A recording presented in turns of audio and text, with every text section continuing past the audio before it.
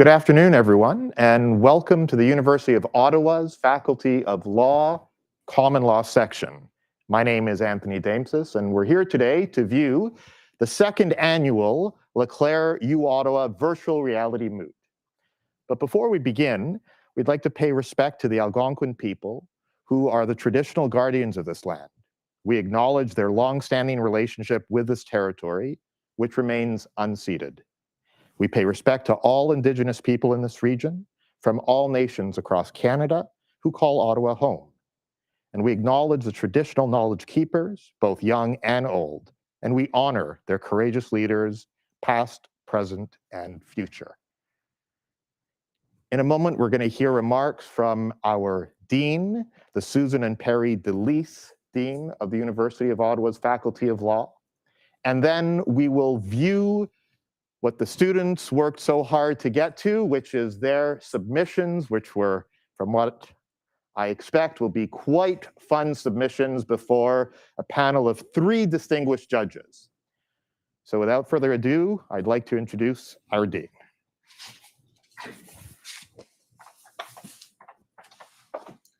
Good afternoon, everyone. Thank you very much, Professor Damsis. We at the Faculty of Law are so pleased to be welcoming you back for the second annual LeClair uOttawa Virtual Reality Moot. Today's competition really reflects who we are and what we aspire to be as a law school. First, we are at the forefront of technology and the law. Not only did we all participate through VR headsets in setting up this moot, but this year's problem involves digital evidence and a 3D speaker. One of our strategic initiatives here at the University of Ottawa is to train entrepreneurs. And this moot, bringing together technology and entrepreneurialism, couldn't be a better example of that. We have our wonderful former students and now recent graduates, Ritesh and Ayushi, who helped to set up this moot. They turned a great idea into a 5-year project, and we thank LeClair and Associates for their sponsorship. A second reason why this moot reflects the values of the University of Ottawa is that we are truly committed to improving access to justice for all. In this moot, we all sit in a gallery, which reflects open court principles. I am so proud to be part of this virtual gallery reflecting access to justice. Finally, at the faculty, we believe that not all learning needs to take place in the classroom. As adults, we learn best by doing, and we are very committed to experiential learning here at the University of Ottawa. You don't truly appreciate the technology until you use it, and this is truly sensational. University of Ottawa's Moot program is the best in the country. Mooting is really in our DNA. Just this week, I sent out a message to our students listing an incredible number of successes, final awards, and participation in this year's mooting season. This moot, however, brings it to a whole new metaverse. So thank you to the VR Moot Planning Committee. Thank you for putting together this wonderful opportunity and for your efforts in this annual moot. Thank you to Professor Damsis for his leadership and vision in our mooting program. Thank you to our very distinguished panel of judges, including Ron Leclerc, the Honorable Barry Leon, and the Honorable Jody Lynn Wadilove for being here today. I can't wait to see what next year's problem will be. Thanks for inviting me to participate.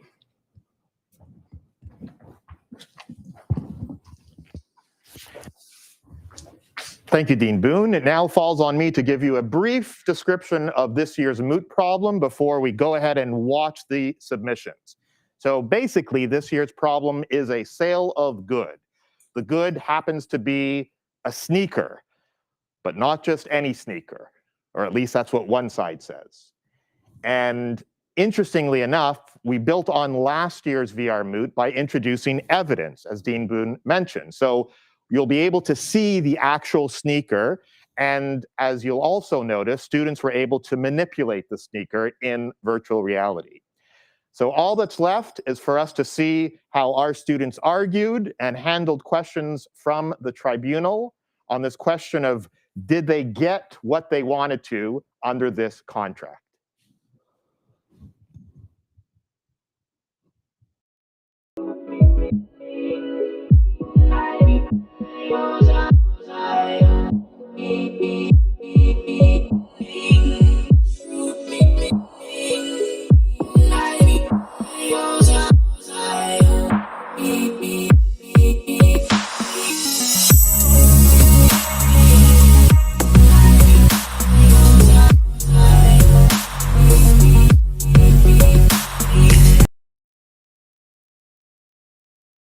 Good morning, everyone. I'm Justice uOttawa. I'm joined by my colleagues, Justice LeClair and Justice Leon.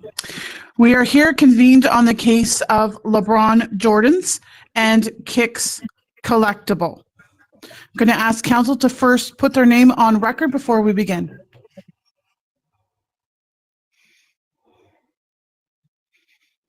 Representing the claimant is Clara Mostada and Aram Ibrahimi.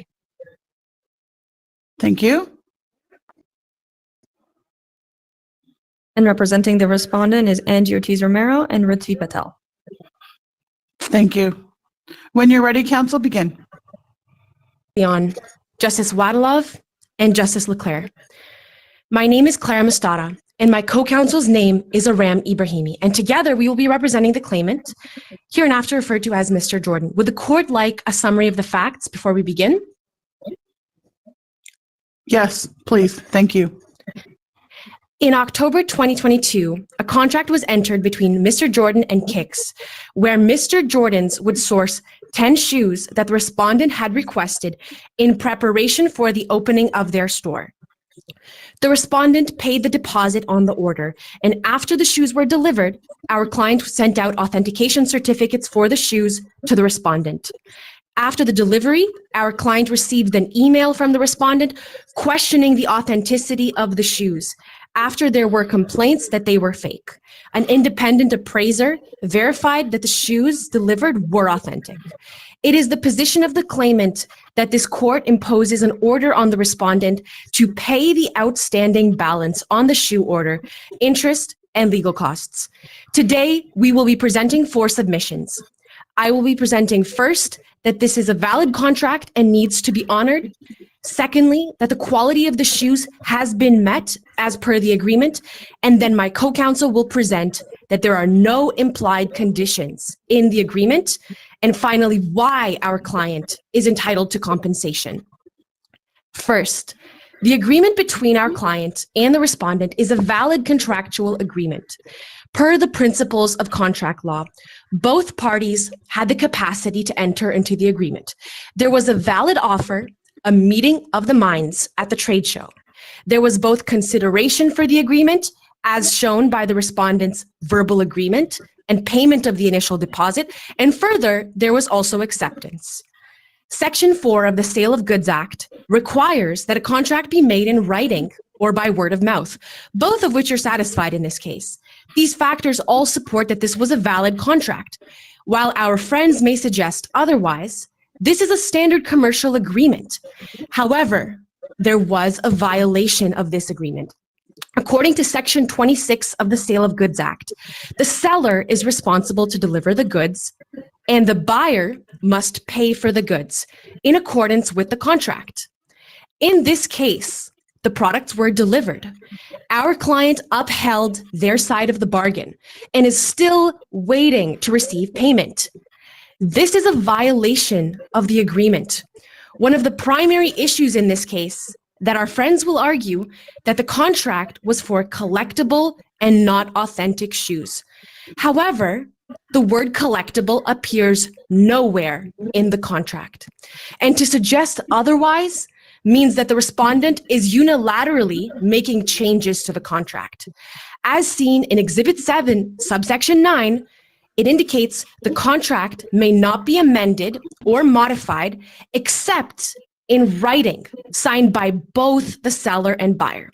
So the respondent cannot modify the contract 1 month after it has been signed, after the goods have been delivered, and after the respondent failed to take any opportunity to mention that they wanted collectible shoes during the negotiation process.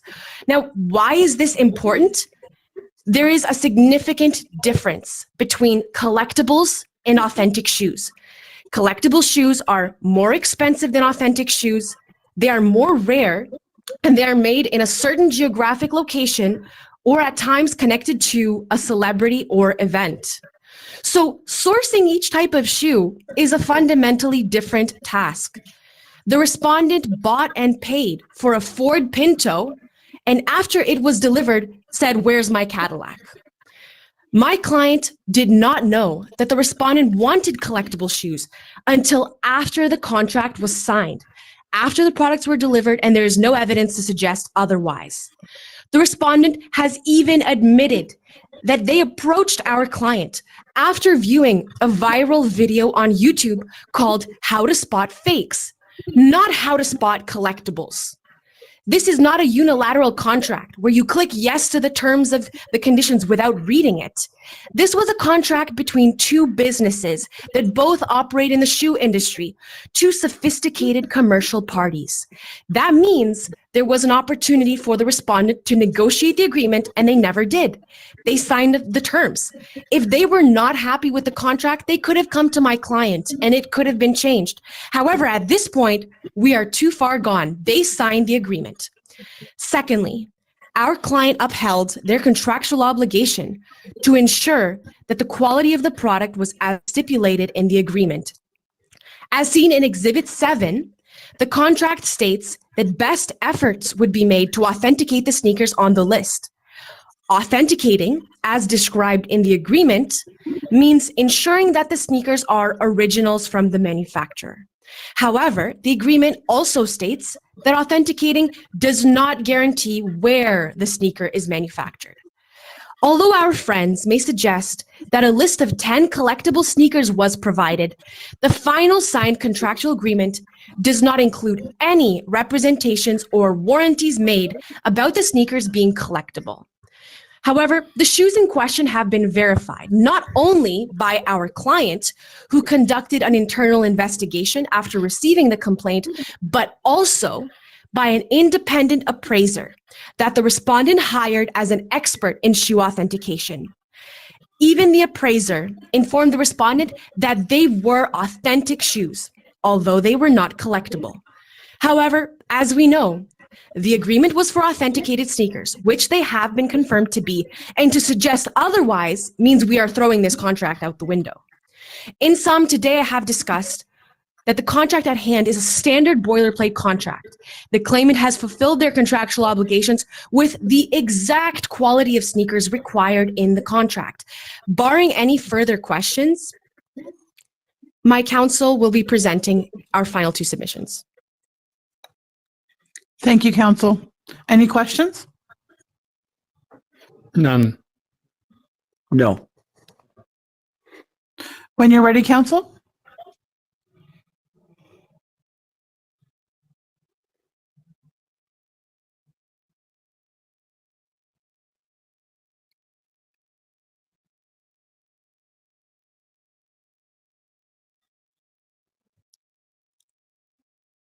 She may be waiting for a signal from you to begin.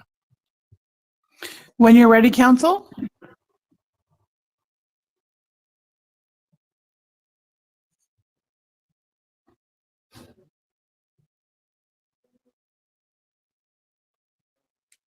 My apologies, technical delay. Good morning, Your Honors. As my co-counsel stated, my name is Aram, and I will be going through the final two submissions. First, I will be presenting that there are no implied conditions in the agreement, and lastly, how the terms of the agreement were met and why Mr. Jordan's is entitled to full payment of the sneakers. First, it cannot be submitted that it was an implied condition that Mr. Jordan's was required to provide collectible sneakers. In Exhibit 7, Section 1, the written agreement states that the goods in question are authentic and rare sneakers. But what does that mean? Now, our friends may suggest that rare means the same thing as collectible, but there is no evidence for this. A shoe can be rare and not collectible. Let's imagine. 10 years ago, I bought a shoe that was not popular and very few people bought it. That shoe is rare, but it is not collectible. The defining terms are authentic and collectible. The word rare can be paired with either authentic or collectible. That means the word rare is not a stand-in for collectible, and the word rare does not imply collectible in any way. The word rare has accompanied both the word authentic in the actual contract in Exhibit 7. That means the word rare is used interchangeably to describe authentic and to describe collectible shoes. We know that according to Dr. Curry, collectible and authentic are two distinct categories. So if the words rare have appeared in both authentic and collectible descriptions, then it cannot be implied that rare means collectible. I would like to draw your attention to one of the shoes in question. This is an authentic shoe, but it is not a collectible. This is a rare shoe, but once again, it is not a collectible. Our client knows the difference between an authentic and a collectible shoe, but our client did not make the list of products. The respondent made the list of 10 shoes. She requested these shoes from our client after watching a YouTube video called How to Spot Fakes. The respondent did not expressly or by implication make known to Mr. Jordans that the purpose for which the goods were required was that they be collectible. So per Section 15, subsection 1 of the Sale of Goods Act, there is no implied condition. Our friends may also suggest that the shoes in question were meant to be collectible because they mention events or celebrities in their name, which can be a feature of collectible shoes. However, only 6 of the 10 shoes mention a celebrity or event. This means they could be collectibles, not that they must be collectibles. And collectibles are far more expensive per unit than authentic shoes. The contract that brings us here today is a $100,000 contract for 10 shoes. On average, that means about $10,000 per shoe. However, in the affidavit of Dr. Stephanie Curry, she indicates that the collectible shoes can cost tens of thousands of dollars. If the respondent had actually told our client they wanted collectible shoes, the contract would have been in the hundreds of thousands of dollars and not $100,000 because collectibles, once again, are more expensive. For the final submission, given that the terms of the agreement have been met, Mr. Jordans is entitled to the respondent's outstanding payment. The shoes were authenticated, so the terms of the contract have been met, and the agreement states the conditions under which a refund will take place. Section 5 of the contract states that Mr. Jordans makes no implied warranties or representations, and Section 8 states that the contract constitutes the entire agreement. That means that the respondent's comments that came 1 month after the contract was signed do not suddenly become part of the contract. Additionally, the contract states that a refund will only take place if the authenticated shoes are proven to be fake. However, there is confirmation from an independent appraiser that the sneakers are in fact authentic, meaning that there is no breach of contract. Our client has a refund policy that is reflected in the contract, which states that if an authentic sneaker is found to be fake, the buyer will be fully refunded. However, as seen in the contract, our client has no refund policy for collectible sneakers. Why is that? Because the contract was for sourcing and authenticating a list of shoes, not finding collectibles. If the respondent was actually correct and the contract was for collectibles, then Mr. Jordan's refund policy would have reflected that. But the customer can only use the refund policy if the product was fake, which they have been proven not to be. At the end of the day, Mr. Jordans delivered. The agreement was for authenticated sneakers, yet the respondent has shown no intention to complete their end of the bargain. In sum, my co-counsel and I have presented 4 submissions before this court. First, that there is a valid contract and this needs to be honored. Second, that Mr. Jordans ensured the quality of the product as stipulated in the agreement. And third, that there are no implied conditions in the agreement. And lastly, how the terms of the contract were met and why Mr. Jordans is entitled to full payment of the sneakers. We ask that the court impose an order on the respondent to pay the remainder of outstanding payment, interest, and legal costs, and please take Mr. Jordans out of the state of limbo. Barring any further questions, this concludes the claimant submissions. Thank you, Your Honors. Counsel, if you just want to wait for a moment, I'm just going to canvass my colleagues. Justice LeClair, any questions, sir? Nope. Right. Justice Leon, any questions? No, I Right. don't have any questions either. Thank you. I do have a question, counsel, and this can be either for you or your colleague. Does the fact that a product may be sourced from multiple manufacturers, does that in any way change whether or not it is authentic and or a collectible?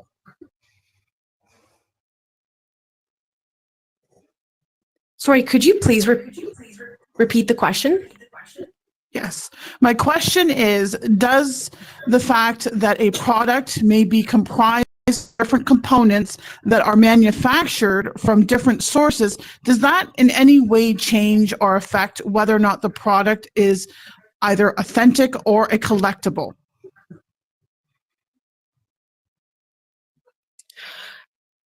To answer your question, where a product is comprised of, the components of the product does affect whether it is a collectible or whether it is authentic. And when you look at the list of shoes, we did not get any specific requirements that our client sources the collectible version of these shoes. It was merely a list of 10 shoes, and there was no distinction made. So although our client is able to distinguish collectible from authentic, that was not the ask, and that did not make it into the contract. And our client was approached because of their abilities in authentication. And for that reason, we are satisfied that our client upheld their end of this deal, and we just ask this court to recognize that. Thank you. Thank you, counsel. You may be seated. Actually, Justice Wildlove, I do have one question, which I think will ask to the respondents, but I want to hear the claimants on it, if I might. Yes. And that refers to the contract, section 5, that says there's no warranty for any particular purpose.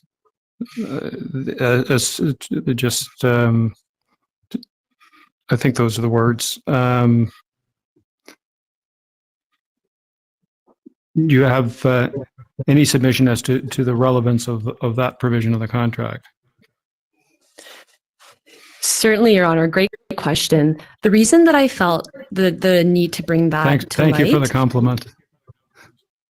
Of course. The reason I felt the need to bring that to light is that there has been some discussion. The reason that we're here today, I mean, who wants to come to court? The reason that we are here today is that there has been clearly a misunderstanding, and I felt the need that I believe that our friends will raise this point.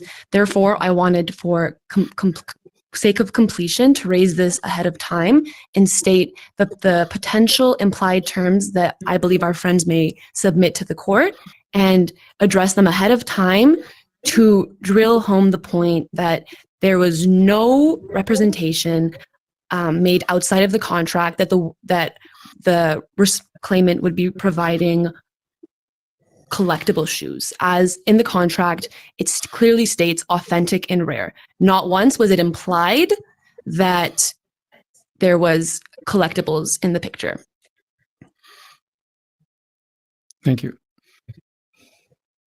Thank you, Your Honor. No further questions? No. Thank you. All right. Counsel, when you're ready.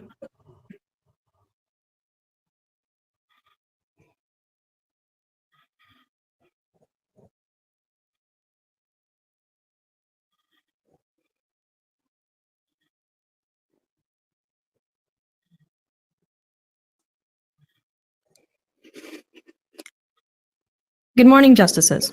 As stated earlier, my name is Angie Ortiz-Romero, and this is my co-counsel, Ritvi Patel. And we represent the respondent, Kicks Collectibles.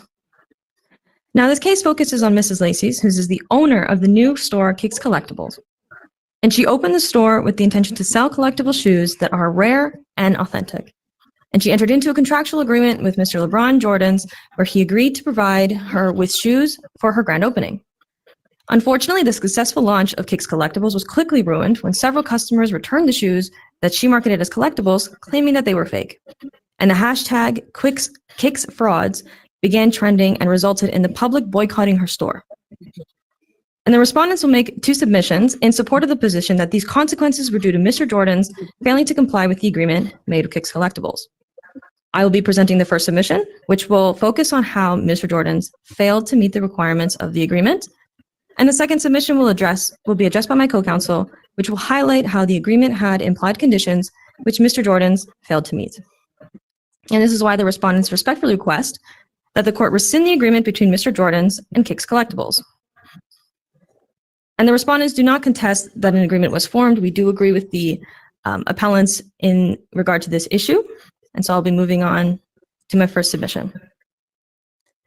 And to begin, in the sale of goods subsection of the agreement found in Exhibit 7, the agreement states that, and I quote, "The seller hereby agrees to sell, and the buyer hereby agrees to purchase the following goods: authentic and rare sneakers," to which this subsection also mentions that a list has been provided by Ms. Lacey's, found in Schedule A, for 10 sneakers that total to a price of $100,000.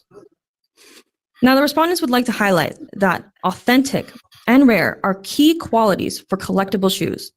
For sneakers that are merely authentic can be mass-produced, or sneakers that are simply rare may not be popular or desirable enough to be sought after by fans, especially if they were to have the same price as collectible sneakers. In either scenario, the sneakers cannot be sold for thousands of dollars, since factors such as model, rarity, and demand increase the price of sneakers, as suggested by Dr. Curry in her affidavit. And Dr. Curry makes a distinction, as the appellants have brought up, between collectible sneakers and authentic sneakers. And she says that they are two popular, yet distinct categories. But she highlights how collectible sneakers are highly sought after because they are associated with particular events and celebrities. And if the court were to look at the list provided by Mrs. Lacey's, which was used to inform Mr. Jordan's of which products she wanted, it does state that there is a list of collectible sneakers. And justices, you actually have in front of you one of the products, the first one, which is named Air Jordans 1 Mid. As you can see here, it's the purple sneaker in front of you. Now, this shoe, along with others listed in Schedule A, are associated with famous celebrities and are known celebrity brands. For example, the fourth one listed is Air Jordan 4 Retro M&M Encore. The sixth one is named Adidas Yeezy Boost 45 OG Light Brown. And the last one is also named Air Jordans 3 Retro DJ Khaled Grateful. Now, Dr. Curry also mentions in her affidavit that these are known qualities of collectible sneakers that are used to enhance the prices of these shoes. And these are the exact characteristics our client was after. And this is why she's also selling these sneakers for a high price. And the respondents acknowledge that while these shoes can be sold for thousands of dollars, and as the appellants have brought up, would have probably cost her more than $100,000, we would like to emphasize that our client was seeking these shoes to open a new store. And so to seem competitive, in contrast to other well-established and reliable shoe stores, that she had to make the price competitive. And so she had to seek sources on how to get these shoes for roughly $100,000, which may be lower than what she was quoted in by other providers. So now, considering how selling shoes that are authentic, rare, and can be marketed as collectibles is essential to Mrs. Lacey's business, the respondents assert that the failure of the buyer, Mr. Jordan's, to meet the requirement of the agreement should be classified as a condition of the agreement and not the warranty. And the respondents would like to draw your attention, justices, to Section 12, subsection 2 of the Sale Goods Act, and here I will read it for you, which focuses on how the classification of an agreement stipulation depends on the construction of the agreement. And I quote, "A stipulation may be a condition, though called a warranty in the contract." And as mentioned earlier, this warranty is found in Exhibit 7 of the agreement. And now, the failure to deliver products that are rare, authentic, and can be classified as collectibles has destroyed Kicks Collectibles' reputation within a matter of days. And it has resulted in several unsatisfied customers and massive negative social media attention and the boycott of her store. And she even states in an email to Mr. Jordan's that this incident has raised questions about the authenticity of the other sneakers that she has already sold. And so while some of them may not be directly related to a celebrity or famous celebrity brands or other particular events, it has impacted her credibility and the client's reliability on the fact that the other shoes may be authentic.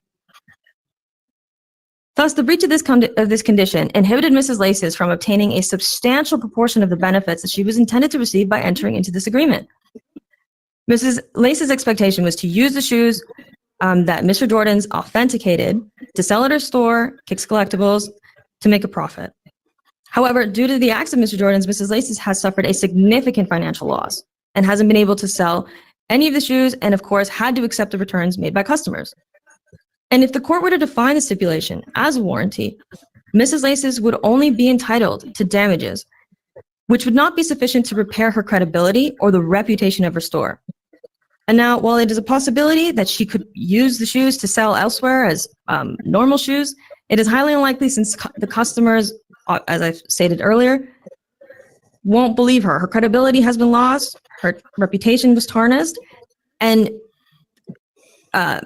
shoe fanatics would definitely fear of wasting their time or their money acquiring shoes from her business, especially when there are other reliable stores that they can buy from. And Mr. Jordan even recognizes the importance of establishing a customer's trust in an email where he states how, and I quote, that he understands that purchasing sneakers of this nature can be a daunting experience. So the probability of customers to trust in our client has decreased. And in summation, justices, the severe consequences that have resulted from the failure of Mr. Jordan's to meet the requirements of the agreement has deprived Mrs. Laces from a substantial proportion of the benefits that she again was intended to receive by entering into this contractual agreement. And therefore, we ask the justices to rule in favor of the respondents and rescind the contract. And with respect to this, barring any further questions, justices, I will I will turn to my co-counsel, Ruthi Patel, to present the second submission. Thank you, counsel. Thank you, justices. Any questions? I do have a question, if I may.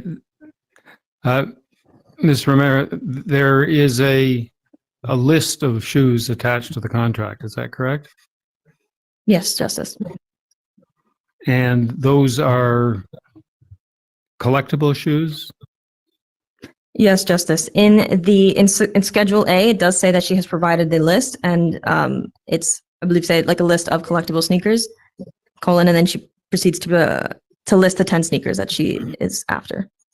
And did she get? And those are the shoes she received.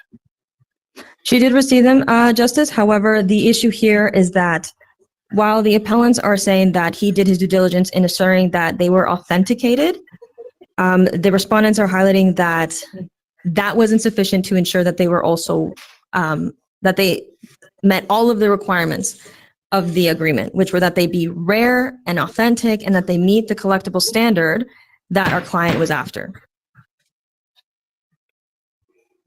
And where I'm confused is collectible if you have the brand, the name of the sneaker, and the model number and so forth, is that a description of a collectible shoe? It is indeed a factor that is taken into consideration when determining how to classify a sneaker.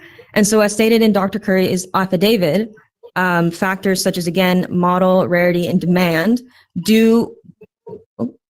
they do signify that these are collectible, and hence why they can be sold for thousands of dollars. Thank you. Thank you. Thank you. All right. Thank you, counsel.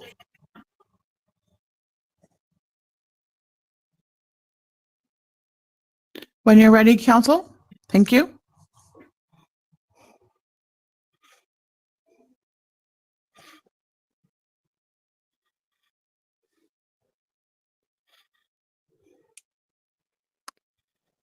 Good morning, justices and co-counsel. I will be covering whether there were any implied conditions, and if so, whether these implied conditions were met. The respondents submit that there was an implied condition in the contract between Ms. Laces and Mr. Jordan's. This term being that the purpose of Mr. Jordan's authenticating these rare sneakers was so that Kicks Collectibles can sell them during their big launch as collectibles. It is first important to highlight the characteristics of contracts between a buyer and a seller of a service. When making a contract between buyers and sellers for an exchange of a service, it should be the seller's duty to ensure that they know the purpose of the purchase of their service, as they are tailoring the service to what the buyer's expecting. I would like to draw your attention to Section 4 of the law, which the second line reads, and I quote, "A contract of sale may be implied from the conduct of the parties."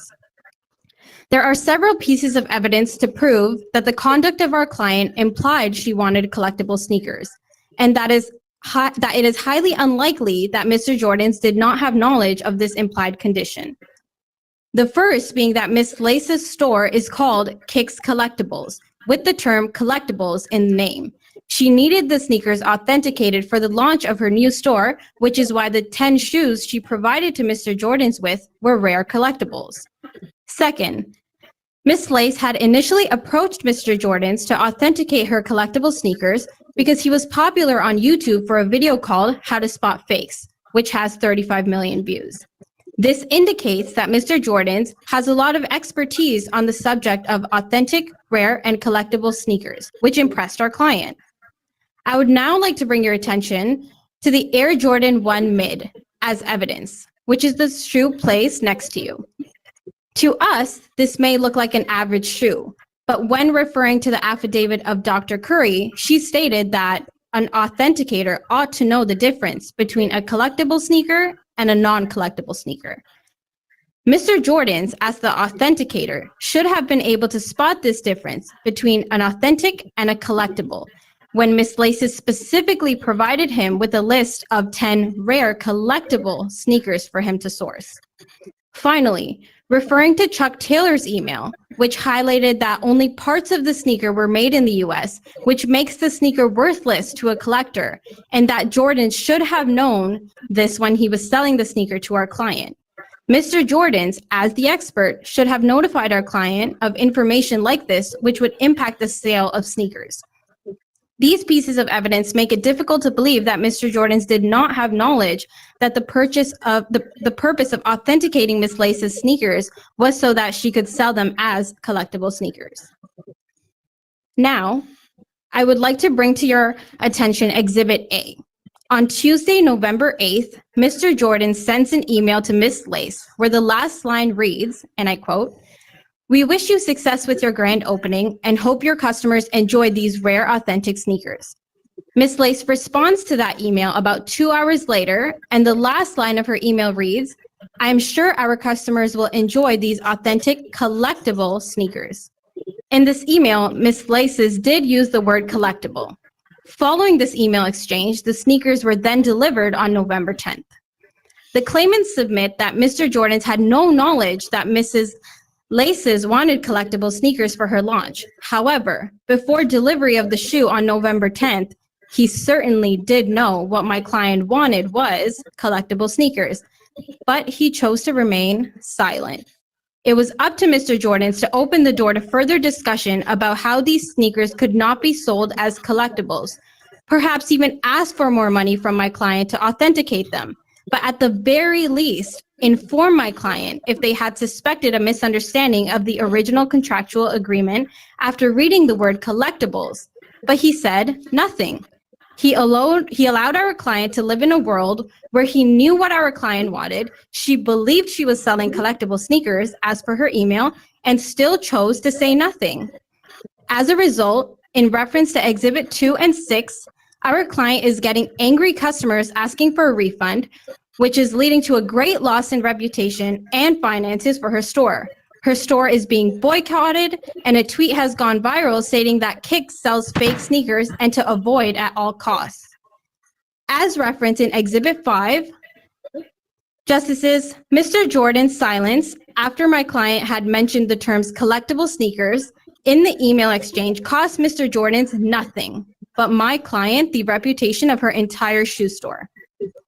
With my final moment, for the claimant to win today, they have to convince the court that their client had no reason to believe that Miss Laces wanted the sneakers she provided to Mr. Jordans to be authenticated as collectibles. As we have shown the court today, this is not the case. Based on rare and authentic being necessary for a sneaker to be collectible, Mr. Jordans having the expertise to spot the difference between authentic versus rare and collectible, and finally, Mr. Jordans being told about the collectible sneakers in the email exchange on November 8th. And with these submissions, we request that the contractual agreement between Mr. Jordan's and Ms. Lace's be nullified, and Ms. Lace's be refunded the $50,000 deposit she provided to Mr. Jordan's. Thank you. Thank you. Justice LeClair, any questions? I do. Thank you, Justice Waddlove. Counsel, is it your submission that there was a meeting of the minds when the contract was executed? Yes, Justice LeClair. We do think there was a meeting of the minds because as the respondents, we submit that we made it very clear by our implications that we wanted collectible sneakers, and we had provided Mr. Jordan's with 10 rare collectible sneakers on our list. So as an authenticator, our clients would expect the authenticator to know that this list was of collectible sneakers. And counsel, just one follow-up question. Is it your submission that the terms rare and collectible can be used interchangeably? Not necessarily, but in order for a sneaker in the sneaker world and for the sneaker business, in order for a sneaker to be deemed as a collectible, it has to be rare, which is why the prices of these sneakers are so high. Whereas an authentic sneaker does not need to be rare. Thank you, counsel. Thank you. Thank you, Justice LeClair. Justice Leon, any questions? I did have a question about the shoe, if I can just show you the shoe here. Are there features on this shoe that one can tell whether it is collectible or not by looking at the shoe? So, Justice Leon, to the average person, we would not be able to tell that this was a collectible shoe, but for a sneaker fanatic and an authenticator, they should be able to tell that this sneaker is a collectible because they have the expertise in the field. Thank you. Anything further, No further Justice question. Leon? Oh, wait, one further question, yes. Sorry. Go ahead. If the shoe being collectible was and important to your client at the time the contract was made, why wasn't the word collectible put in the contract? So, Justice Leon, the respondents submit that through implication, our client had made it clear in various ways. The first was that the title of our store was Kicks Collectibles. We provided the authenticator, who is an expert with 10 rare collectible sneakers, on the list for him to authenticate. And we had also further clarified it in the email. And through all of those implications, along with the actual use of the word collectible, it was clear that Mr. Jordan's should have known that that was what our client was seeking. Thank you, Ms. Patel. Thank you, Justice Leon. Thank you. You did touch on an issue that I also wished to ask in that, counsel, does your client, is there any expectation that she also exercise her due diligence in clarifying that or stipulating that in the actual wording of the contract? So thank you, Justice Waddlove, for the question. Our client, although she did not specifically specify the word collectible until the November 8th email, she did imply it in the various ways that I had listed in my argument and that I just told Justice Leon about. But I think the due diligence was certainly there when my client did mention the word collectible in the email.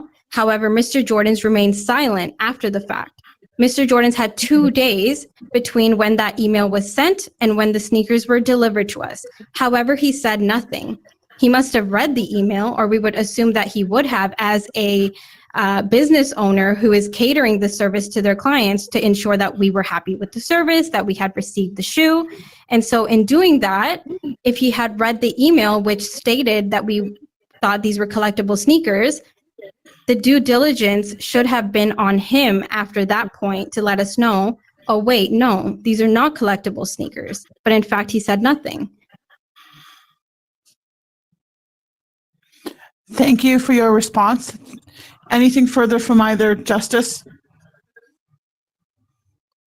No Nope. further questions. Thank you. Thank you. Thank you, counsel. you. Nothing further.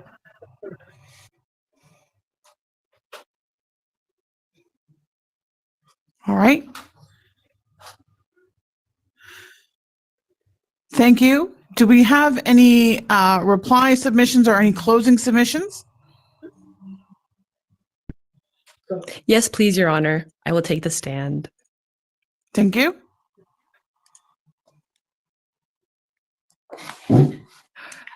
To begin, it was mentioned by counsel, our friends, that Mr. Jordan should have known that she wanted collectible sneakers because the name of the store is Kicks Collectibles.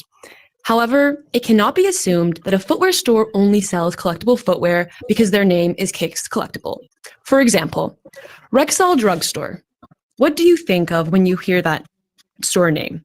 Of course, they sell prescription drugs. However, they sell perfume, snacks, seasonal items. They do not only sell drugs. Secondly, another point that was mentioned that I would like to clarify is that our client was hired to provide the shoes on the list. And that was meant to authenticate. The fact that it could be difficult to distinguish collectible sneakers from authentic sneakers is immaterial to the purpose of the contract, which was to authenticate and provide authenticated sneakers, not collectible sneakers. And finally, I would like to clarify that the evidence was misrepresented for Exhibit 1 in the email that was sent by the respondent stating that they're excited for their authentic collectible sneakers. That email was sent after the shoes had been sent, not prior to the delivery of the shoes. Are there any further questions? Any None from me. questions? No. Thank you. No questions. Thank you. Thank you, counsel. Thank you, Your Honors. Thank you.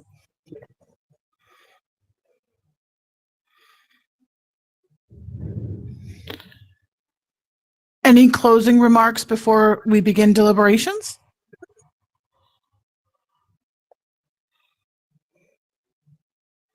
None? No, None? Your Honors. Thank you. All right. Thank you very much to both counsel for your thoughtful submissions. We will now begin deliberations and return shortly. Thank you.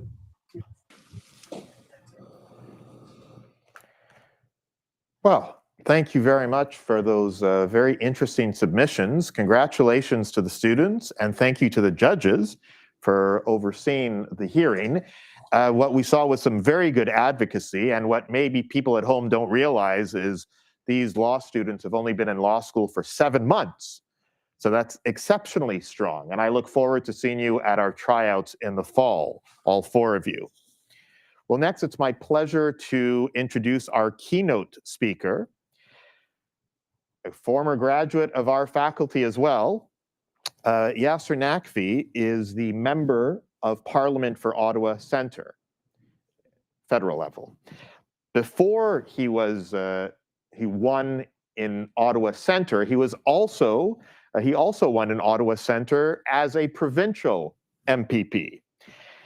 Yasser and his family arrived in Canada in 1988 after the Pakistani government imprisoned his father for leading a pro-democracy march. With an upbringing deeply rooted in the values of democracy, social justice, and compassion, Mr. Naqvi knows how important it is to be involved in the community and to give back. His passion for his community resulted in him being elected not once, not twice, but 3 times to the provincial House. And while he was in the provincial government, he served many roles, including as the Attorney General of Ontario, the Government House Leader, Minister of Community Safety and Correctional Services, and Minister of Labour. Through his work, he raised the minimum wage, brought forward new protections for vulnerable workers, banned race-based carding in Ontario, and modernized our court system, which might explain why he has an interest in this virtual reality moot. Mr. Naqvi is also a lawyer and was the CEO of the Institute for Canadian Citizenship, Canada's leading voice on citizenship and inclusion. And as I mentioned at the outset, the Honorable Yasser Naqvi is a graduate of our common law section. So now we'll have a few words from him. Hello, everyone. My name is Yasser Naqvi. I'm the Member of Parliament for Ottawa Centre and the former Attorney General of Ontario. Let me first start by acknowledging that we are meeting on the unsurrendered and unceded territory of the Algonquin and Anishinaabe peoples. I'm also located in Ottawa and feel very honored to live on this land that has been inhabited by the Algonquin people for millennia. And it is our responsibility to learn from them and to be better stewards of this land. I'm really sorry that I'm not here with you in person because of other scheduling conflicts, but wanted to be still be part of the second VR or virtual reality moot that has been organized by University of Ottawa. Of course, I have a very a close relationship with the law school at University of Ottawa because I attended the law school now a couple of decades ago. But I'm a proud alumni, and a lot of my personal identity comes from the fact that I attended University of Ottawa Law School.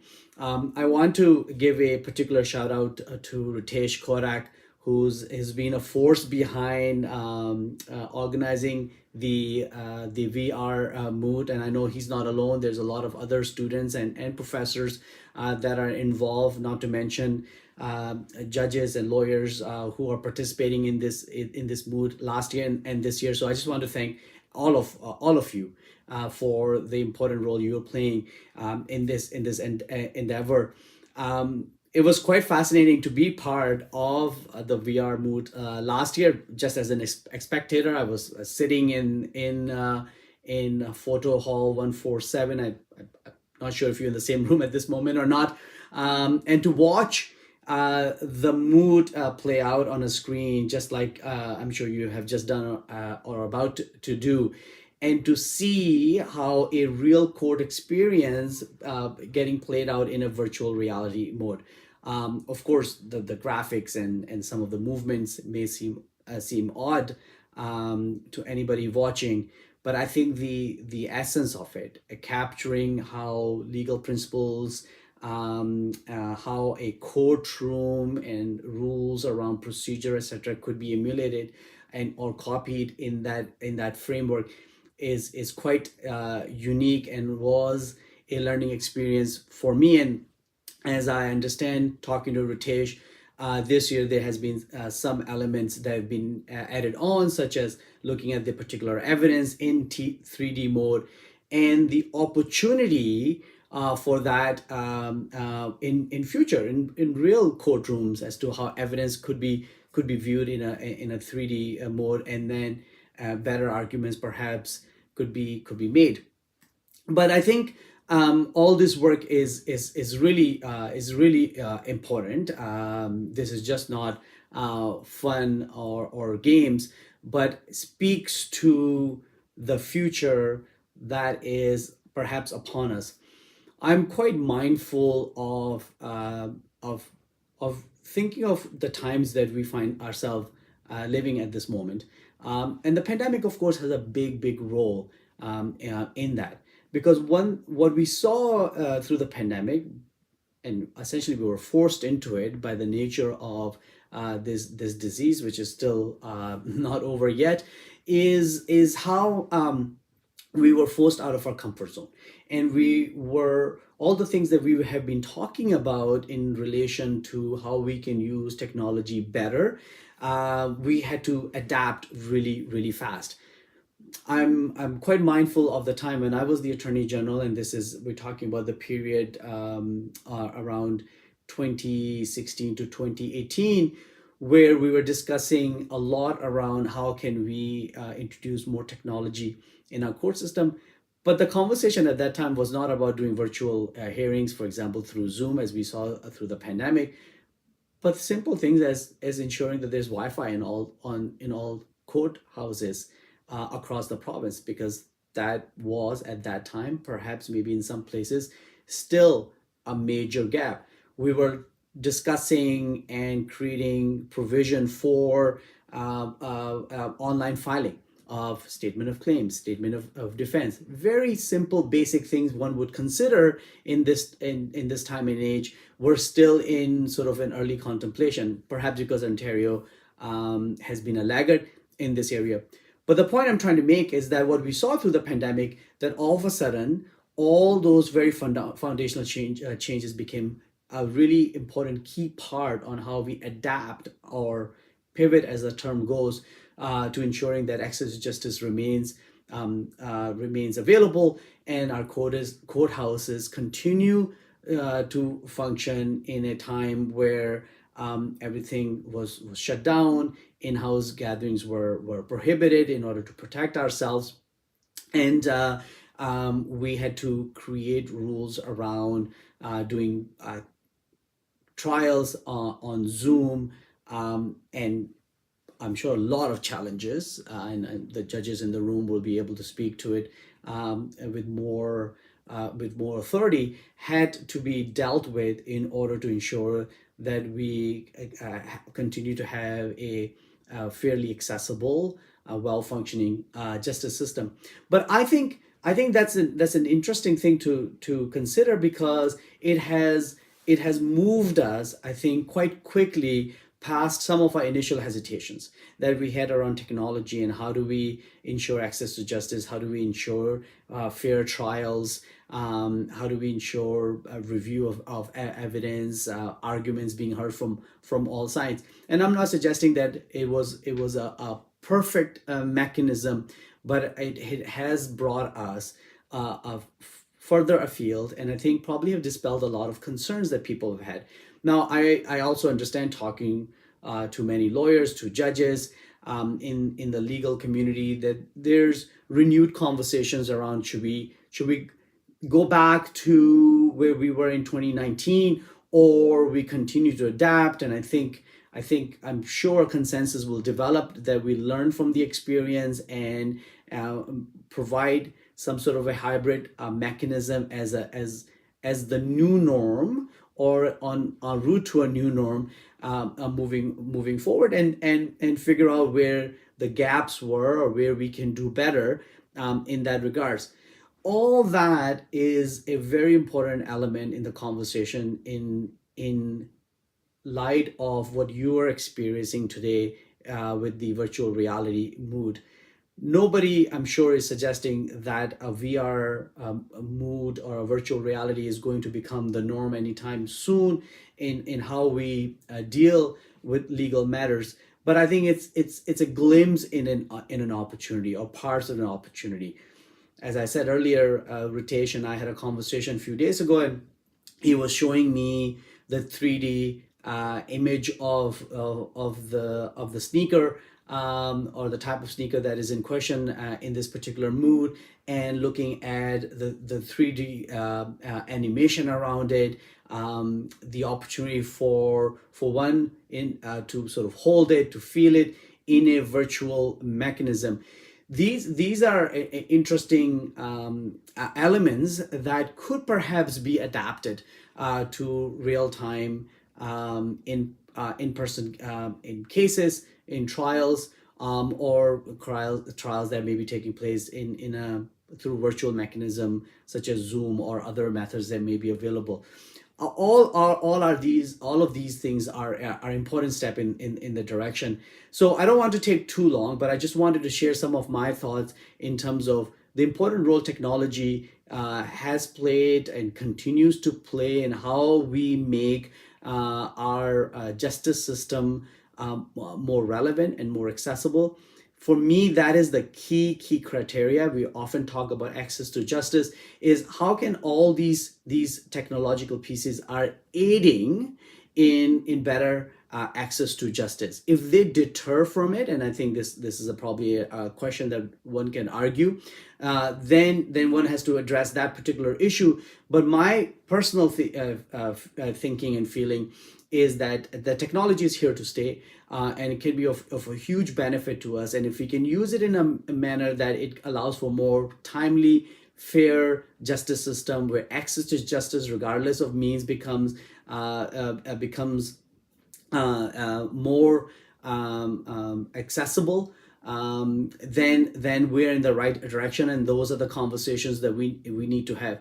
So once again, thank you for letting me participate in this virtually. I wish I was there with you in person as I was last year, but I just want to take a quick moment to just congratulate everyone involved in the kind of innovation. When I was in law school in the mid 1990s, we were not talking about these kind of things. Fax was still the norm. I think it still is in many places. So we have a fair bit more work to do. But I think what you're doing here with the VR Moot is really putting not only University of Ottawa Law School as a leader in all this work, but also are really demonstrating a path forward as to the things to come from a point of view, from the lens of how we can make access to justice a real thing, a lived reality for people across our province and perhaps the country and around the world as well. Once again, thank you very much, and look forward to seeing a lot of you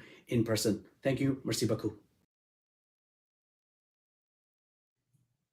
And thank you to Mr. Naqvi, who we hope to see live in person next year for the third iteration of the VR Moot. It's now my great pleasure to cede the floor to our judges, to ask them to give us their impressions of what it was like to operate in this virtual reality courtroom, and maybe some thoughts on how they might see this kind of technology playing out in the future. And we're going to begin with the Honorable Barry Leon. And I should point out that Mr. Leon adjusted his travel plans just so that he could be here with us in person today. So thank you very much for that. Now, Mr. Leon was a presiding judge of the British Virgin Islands Commercial Court from 2015 to 2018. He is a member arbitrator and mediator at Arbitration Place in Toronto, as well as 33 Bedford Row Chambers in London, England. He's past chair of the Arbitration Committee of the Canadian Chamber of Commerce, ICC Canada, a fellow of the Chartered Institute of Arbitrators, an International Mediation Institute certified mediator, and a fellow of the International Academy of Trial Lawyers. Before his appointment to the Eastern Caribbean Supreme Court, Barry Leon was a partner and head of the International Arbitration Group at Curley Robertson, Hill and McDougall, based right here in Ottawa. And before that, he was a partner with Torys LLP in Toronto in its litigation and dispute resolution practice, and for many years served as coordinator of the practice. So Mr. Leon has had a great deal of litigation experience. By my count, it's well over 35 years. And thank you very much for being here today.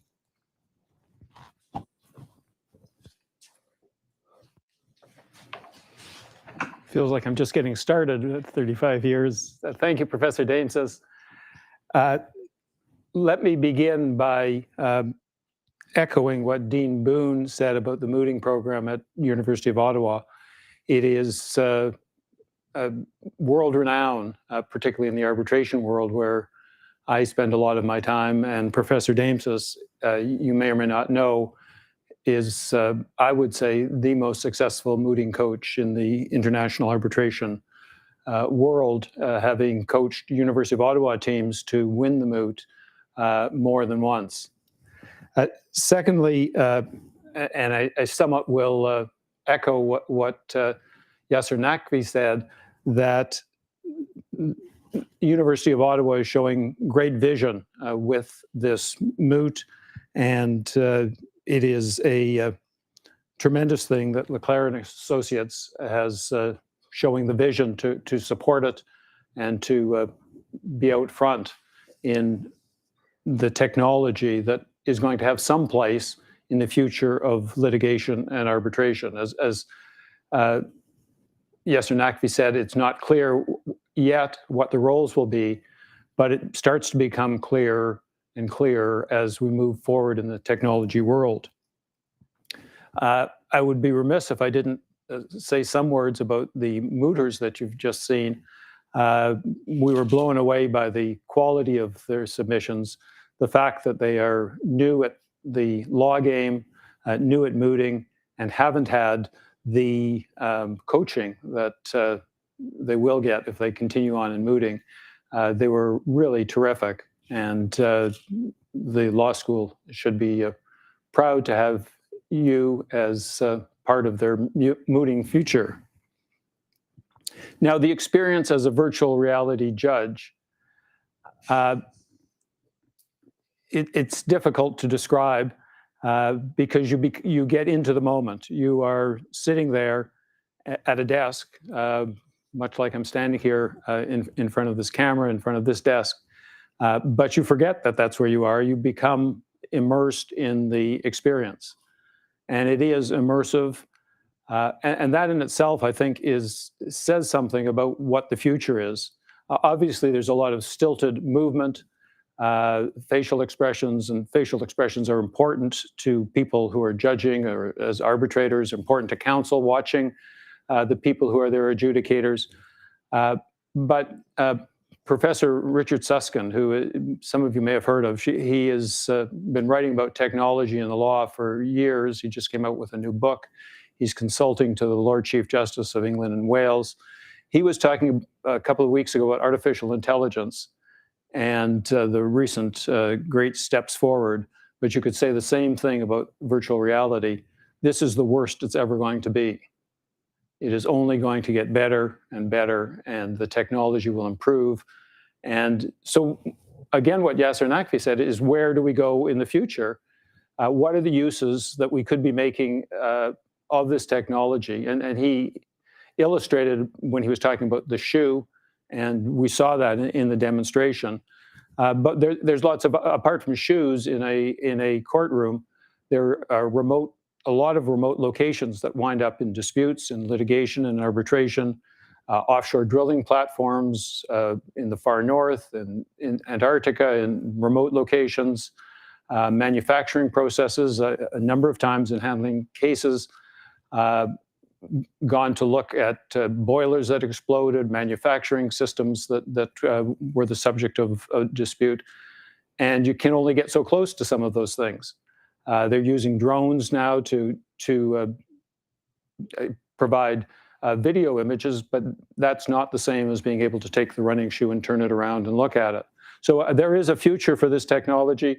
I think it will be, again, as Yasser Naqvi said, think about where we've gone to from in-person to virtual to now hybrid. And certainly in the world where I work in international arbitration, because of distance, but distance exists within the provincial system, certainly within this country, that there is a lot of room for not having to travel. Apart from the cost, there's the environmental impact of travel, which is now something that's being considered a lot in arbitration, being considered by those people who are paying for it, the clients. So I think there's a role for it, and I think being on the cutting edge of it, where all of us are today, we'll be looking back at some point and remembering, as some of us do, when cell phones first came in, when fax first came in, and when I had my first BlackBerry, and look at where we are today. There's also other technology which is being experimented with, such as holograms, and what can be done with those. So we're going to see more of it. We won't be having full court hearings or full arbitrations in virtual reality in the immediate future, but I think it is part of the future, and I suspect for the newer entrants into the profession, it's something that will have a place in the disposition of disputes and in lots of other ways in the justice system. So thank you for the opportunity, Professor Damsis, to be part of this, Mr. LeClair, and University of Ottawa.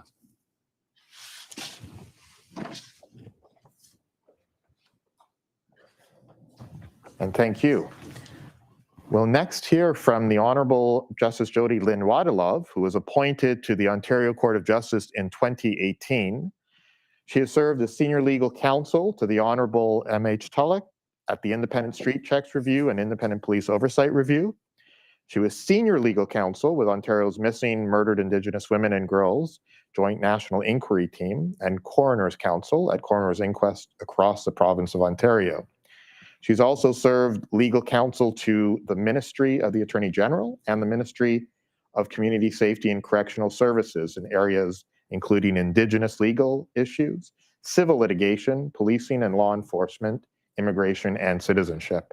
And she's our returning justice from last year.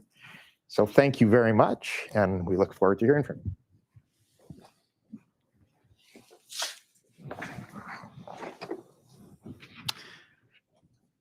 Thank you, everyone.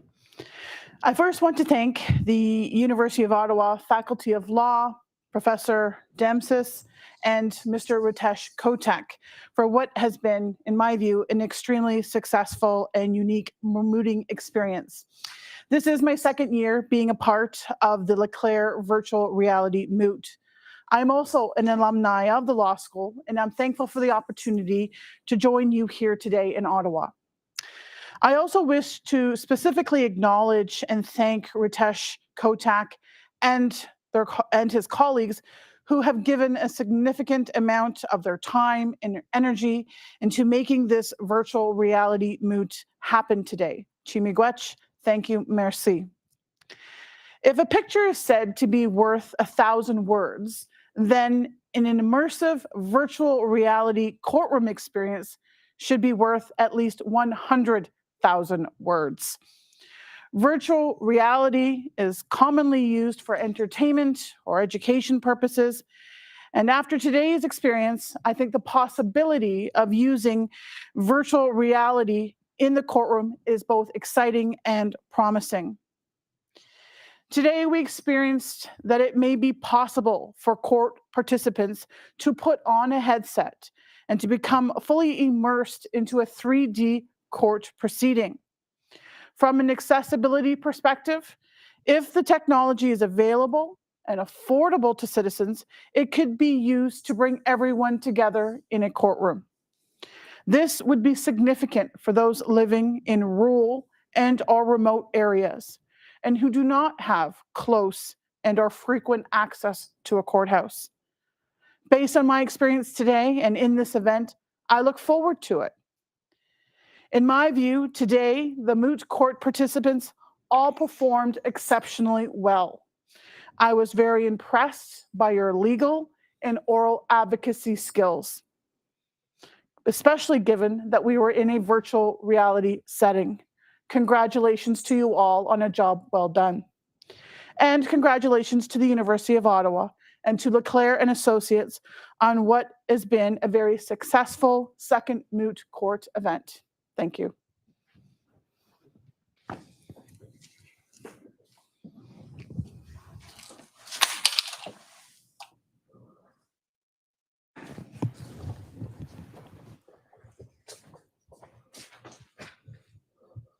Thank you, Justice Wadelov. I must say, nobody pronounces my name properly. That was a perfect pronunciation. Thank you very much. We'll now hear from our third justice from today, who will also reveal the, I don't like to use the word winning team, because really all four advocates were winners, but the team that prevails, I think, is a better word to use, a prevailing team from today. Ron LeClair is the principal lawyer at LeClair and Associates, specializing exclusively in management-side labor and employment law. He assists various private and public clients with a full range of workplace legal issues. He's a highly sought-after speaker and lecturer on many labor and employment law topics. Of course, we know that Ron has generously funded this moot, and we are grateful to him and his firm. But his support is much more than just funding. His kindness and friendship towards our faculty has made this already a special relationship, and one that we look forward to fostering over the years. If you've met him, you know how warm and kind he is, and we do appreciate everything that you've done to get this off the ground. So over to you, with your thoughts and announcements. Thank you very much, Professor Damasus. Nice to see everyone. And a special thank you to the University of Ottawa Faculty of Law. I think to echo the comments earlier from Dean Boone, I mean, University of Ottawa Faculty of Law really is at the intersection of law and technology, which is an exciting place to be. And I think we'll all be very interested to see how law and technology develops in the coming years, and to see how law and technology evolves to meet the changes in our society. Because, of course, the law very much is a reflection of our society. Special thank you as well, not only to Dean Boone, but to you, Professor Damasus. Thank you for your ongoing continuing support. Thank you, Justice Waddalove and Justice Leon, for your high level of engagement and participation in this moot today. It's much appreciated. And also want to thank all of the volunteers. There's very many people, of course, behind the scenes who make this work. Special thank you to Ritesh Kotek and to Ayushi Dabe for their vision in bringing this together and creating this moot. Just in terms of some observations, just to echo what was said earlier by Justice Waddalove and Justice Leon, it is a very immersive experience. I mean, you actually forget that you're in virtual reality. But what I find really fascinating is starting to think about life in virtual reality itself and life in the metaverse itself, and reflecting on how these institutions, such as what we saw today, can sort of foster, enable more of that existence as more and more people participate in life in virtual reality and life in the metaverse. And I think when we're having this conversation in a few years, the conversation will shift to a discussion around a new body of law that's really around the whole existence in the metaverse, existence in virtual reality. So particularly for the students, it's interesting and exciting to think about what the future holds for them, you know, as the law continues to develop and evolve to reflect society. As we all saw, the 4 mooters today were exceptional. I commend them all on their poise and their courage even to do that, because it's not easy, first of all, to do a moot in first year, let alone do a moot in virtual reality. So they were all tremendous.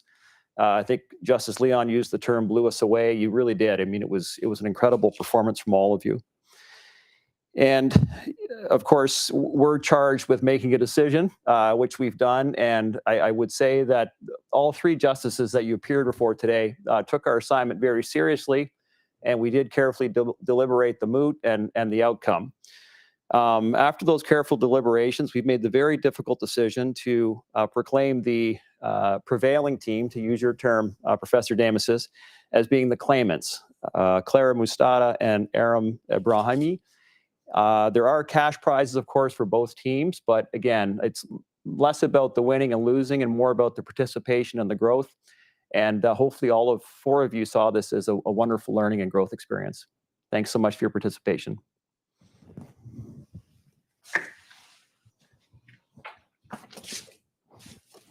Well, thank you and congratulations to the team. This is like with those TV shows that doesn't have a laugh track. We're not applauding, but know that we mean to applaud you. It falls on me now to close the event, of course, by thanking, on behalf of the University of Ottawa, our 3 justices who took time out of their weekend, no less, to come and join us in Ottawa. And of course, we have the weather to thank you for it this afternoon. The Honorable Justice Waddalove, thank you. Honorable Barry Leon and Ron LeClair. Thank you, of course, to our keynote speaker, the Honorable Yasser Naqvi. To our participants, you know, without you actually putting in the work during your school year and without credit, without school credit, we wouldn't be able to put this on. So really, thank you very much. It was a pleasure to see you in the general rounds and to watch you today on screen. Ayushi, thank you very much for your work. And Ritesh, you know, I told this story last year, just how much work Ritesh and Ayushi put into this. I had never heard about virtual reality before, other than my nephew had one of these headsets that he conned me into buying for Christmas, and I never knew what it was. And I received an email from Ritesh saying, oh, you know, I'm part of the tech group. This is when Ritesh was a student. Today, he's a newly minted lawyer. Congratulations. And so I met with Ritesh, and he told me all about this. And I thought, okay, well, if you think you know what you're doing, I'm happy to support. And Ritesh, since that moment on, he and his team has just taken this. All I do now is say, Ritesh, where do you want me? And is there anything you need me to say? He takes care of everything as a busy lawyer, and I know he has a very busy social media presence with all his tech discussions. And I just want to say again, thank you. It's really impressive, and so much credit needs to be given to this team of theirs. And thank you, and I hope it continues. I hope that you're not going to be too busy a lawyer to come back and help us. Otherwise, I don't know what we're going to do. And I get to learn more. Because of this year's problem, I got to learn way too much about sneakers. I always thought they're just things I put on my feet to go and exercise once a year. But now I realize people spend thousands of dollars on these things. So thank you very much. We look forward to seeing you next year. Believe it or not, we've already started to work on next year's problem, start to think about what we're going to do, and it is very exciting. It's going to be a hybrid of live court and using this technology to address something that is happening on the ground today. So that's the only teaser I'll give you, and we hope to see you again next year. Thank you very much.